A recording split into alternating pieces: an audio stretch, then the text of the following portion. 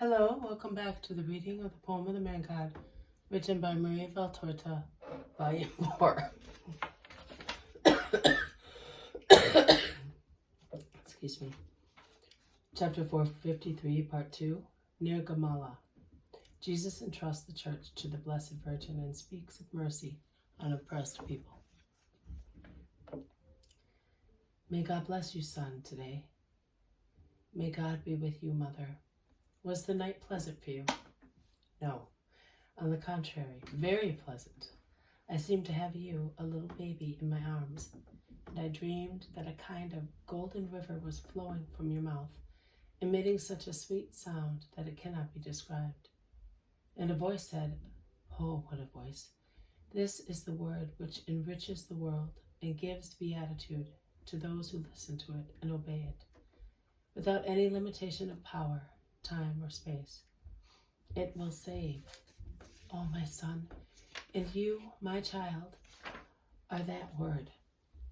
How will I be able to live so long and to do so much as to be able to thank the Eternal Father for making me your mother? Do not worry about that, mother. Every beat of your heart pleases God. You are the living praise of God, and you will always be so, mother. You have been thanking him since you... I do not seem to be doing it sufficiently, Jesus. It is so great what God did for me. After all, what do I do more than all those good women do, who like me are your disciples? Son, tell our Father to give me the opportunity to thank him as his gift deserves. Mother, and do you think that the Father needs me to ask him that for you? He has already prepared for you the sacrifice which you will have to consume for this perfect praise, and you will be perfect when you have accomplished it. My Jesus, I understand what you mean, but will I be able to think in that hour? Your poor mother, the blessed spouse of the eternal love, mother. That is what you are, and the love will be thinking in you. You say so, son, and I relax on your word. But you pray for me in that hour that none of these understands and which is already impending. That is true, is it not? It is impossible to describe the expression of Mary's face during this conversation. No writer can possibly translate it into words without spoiling it with mawkishness or uncertain hues. Only he who has a heart, a kind heart, even if a virile one, can mentally give Mary's face the real expression which it has in this moment. Jesus looks at her, another expression untranslatable into poor words, and he replies to her, and you will pray for me in the hour of death. Yes, none of these understands. It is not their fault. Satan is creating fumes so that they may not see, that they may be like drunken people who do not understand, and therefore unprepared and easier to bend. But you and I will save them, despite Satan's snares, mother.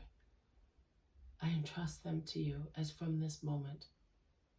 Remember these words of mine. I entrust them to you.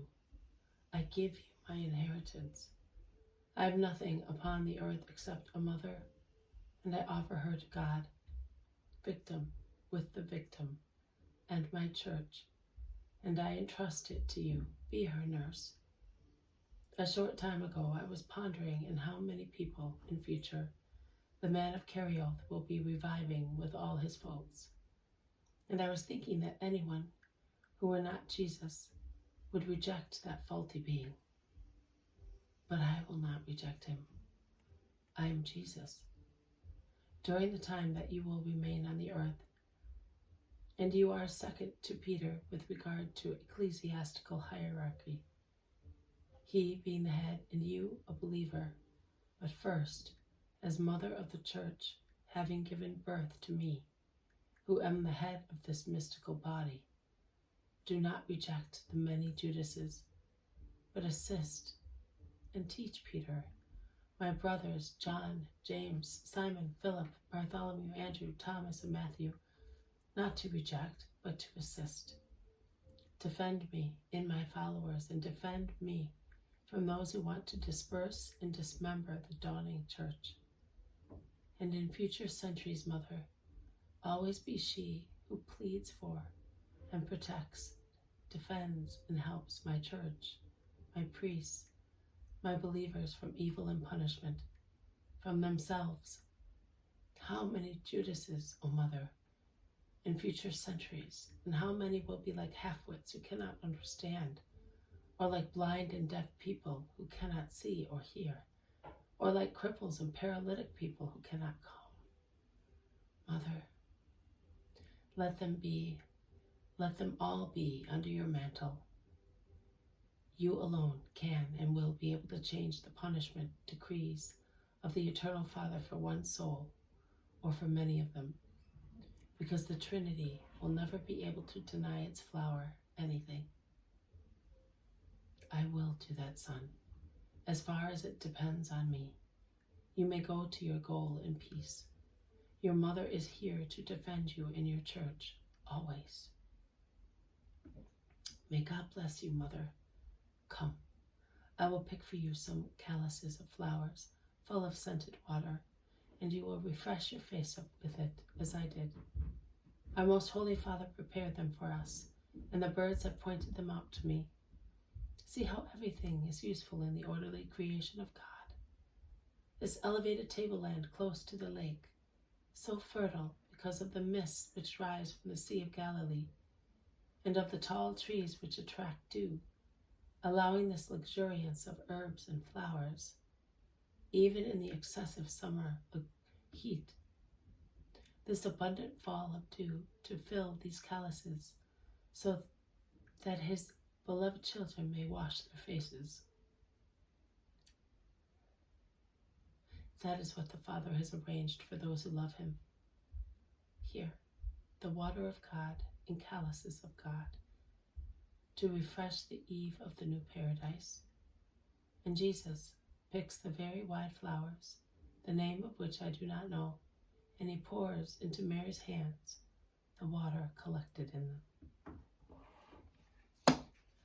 This has been a reading from the poem of the Man God, written by Maria Valtorta, Volume 4, Chapter 453, Part 2. Near Gamala, Jesus entrusts the Church to the Blessed Virgin and speaks mercy on oppressed people. Thank you for listening. I will see you tomorrow. May God bless you, and may peace be with you.